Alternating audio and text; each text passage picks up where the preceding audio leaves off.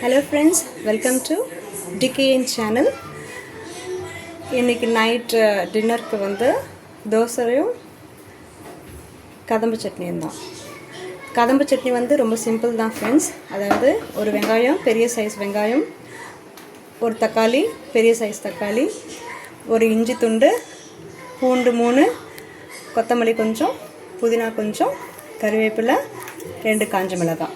காரத்துக்கு ஏற்ற போல் நீங்கள் காஞ்ச மிளகாவை ஆட் பண்ணிக்கலாம், இல்லைன்னா கம்மி பண்ணிக்கலாம். எனக்கு வந்து பசங்க வந்து காரம் கம்மியாக சாப்பிட்றதுனால 2 காஞ்ச மிளகாய் தான் ஃப்ரெண்ட்ஸ். சரி, இப்போ நம்ம எப்படி செய்யலான்ட்டு பார்க்கலாம். ஃபஸ்ட்டு காஞ்ச மிளகாவை போட்டுடுங்க. கடாய் எண்ணெய் சூடானதும் காஞ்ச மிளகாய் போட்டுருங்க. கூடயே வெங்காயம், ஒரு இஞ்சி துண்டு, 3 பல்லு பூண்டு, எண்ணெய் வந்து லைட்டாகவே சூட வச்சுக்கோங்க, இல்லைன்னா கையில் வந்து எண்ணெய் தெளிக்கும்.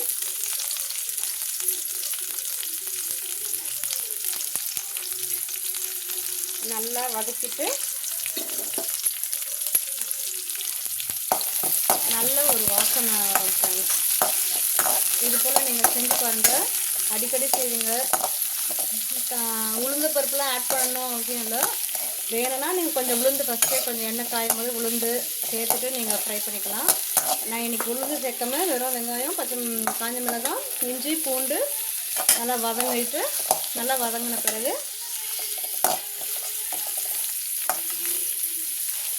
நல்லா கொஞ்சம் வெங்காயம் நல்லா வதங்கணும். வதங்கின பிறகு தான் நம்மளுக்கு வந்து தக்காளி ஆட் பண்ணும்போது அந்த வெங்காயம் வதங்கிட்டு வர்றது கரெக்டாக இருக்கும். உடனே தக்காளி ஆட் பண்ணிட்டீங்கன்னு வச்சுங்க, தண்ணீர் பட்டு நமக்கு வெங்காயம் வெந்திருக்காது. வெங்காயம் நல்லா வெந்துட்டு வரணும்.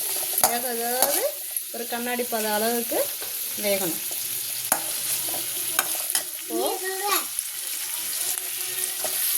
ஒரு தக்காளி,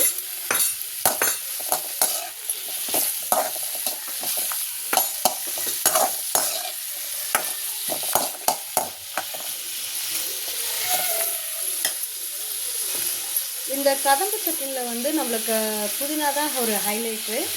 ஸோ கொத்தமல்லி கொஞ்சம், புதினா கொஞ்சம் ஆட் பண்ணிக்கோங்க. கண்டிப்பாக புதினாவை ஆட் பண்ணிக்கோங்க, ஸ்கிப் பண்ணாமல். இது நல்லா ஸ்மாஷ் ஆன பிறகு நம்ம கொஞ்சம் கொத்தமல்லி, புதினா, கருவேப்பிலை. ஏன்னா நம்ம பசங்க வந்து கருவேப்பிலெலாம் ஒதுக்கி வச்சுருவாங்க. இதெல்லாம் நம்மளுக்கு உடம்புக்கு ஹெல்த்துக்கு வந்து நல்லது. முடியும் நல்லா வளர்கிறதுக்காக நம்ம கருவேப்பிலை இப்போ சட்னியில் ஆட் பண்ணி நம்ம அரைச்சிட்டோம்னா நம்மளுக்கும் ஒரு சாட்டிஸ்ஃபேக்ஷன் இருக்கும்.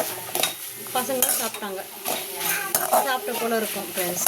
ஸோ அதனால் கண்டிப்பாக இந்த கீரை வகையெல்லாம் நம்ம எப்படியாச்சும் ஒரு அரைச்சி ஒரு ஏதோ ஒரு ஃபார்மேட்டில் பசங்களுக்கு கொடுத்தோம்னா நம்மளுக்கு வந்து பேரண்ட்ஸ்க்கு வந்து நம்மளுக்கு ஒரு சாட்டிஸ்ஃபேக்ஷனாக இருக்கும் ஃப்ரெண்ட்ஸ். கண்டிப்பாக இந்த கருவேப்பிலை, புதினா, கொத்தமல்லி மறக்காதீங்க ஃப்ரெண்ட்ஸ். தயவுசெய்து இந்த சட்னியை ஒரு தடவை செஞ்சு பாருங்கள், எப்படி இருக்குது ஒரு கமெண்ட்ஸை சொல்லுங்கள் ஃப்ரெண்ட்ஸ். ரொம்ப நல்லாயிருக்கும், டேஸ்ட்டாக இருக்கும். நல்லா வதக்கிங்க. இது நல்லா ஆறிடுச்சு ஃப்ரெண்ட்ஸ். இப்போ மிக்சிக்கு ட்ரான்ஸ்ஃபர் பண்ணியாச்சு. இப்போ நான் உப்பு ஆட் பண்ணலை, ஏன்னா வதக்கும் போது உப்பு போட்டோம் இல்லையா. உப்பு அதை அரைச்சிட்டு நம்ம உப்பு டேஸ்ட் எப்படி இருக்குது பார்த்துட்டு திருப்பி ஆட் பண்ணிக்கலாம் ஃப்ரெண்ட்ஸ். சட்னி பாருங்கள் ஃப்ரெண்ட்ஸ். இது வந்து நான் தண்ணி ஆட் பண்ணாமல் அப்படியே அரைச்சது. நீங்கள் தண்ணி வேணால் ஆட் பண்ணிக்கலாம், ஆனால் அது தண்ணி ஆட் பண்ணாமல் இருந்தால் இன்னும் டேஸ்ட் அப்படியே இருக்கும், சூப்பராக இருக்கும். நான் வதக்கும் போது போட்ட உப்பு தான் ஃப்ரெண்ட்ஸ், வேறு எக்ஸ்ட்ரா உப்பு எதுவுமே ஆட் பண்ணல. ட்ரை பண்ணிவிட்டு சொல்லுங்கள் ஃப்ரெண்ட்ஸ். இது தாளிக்கணும் அவசியம் இல்லை friends. So please do subscribe and share my videos. Thank you friends. கதம்பு சட்னி ரெடி. Thank you friends.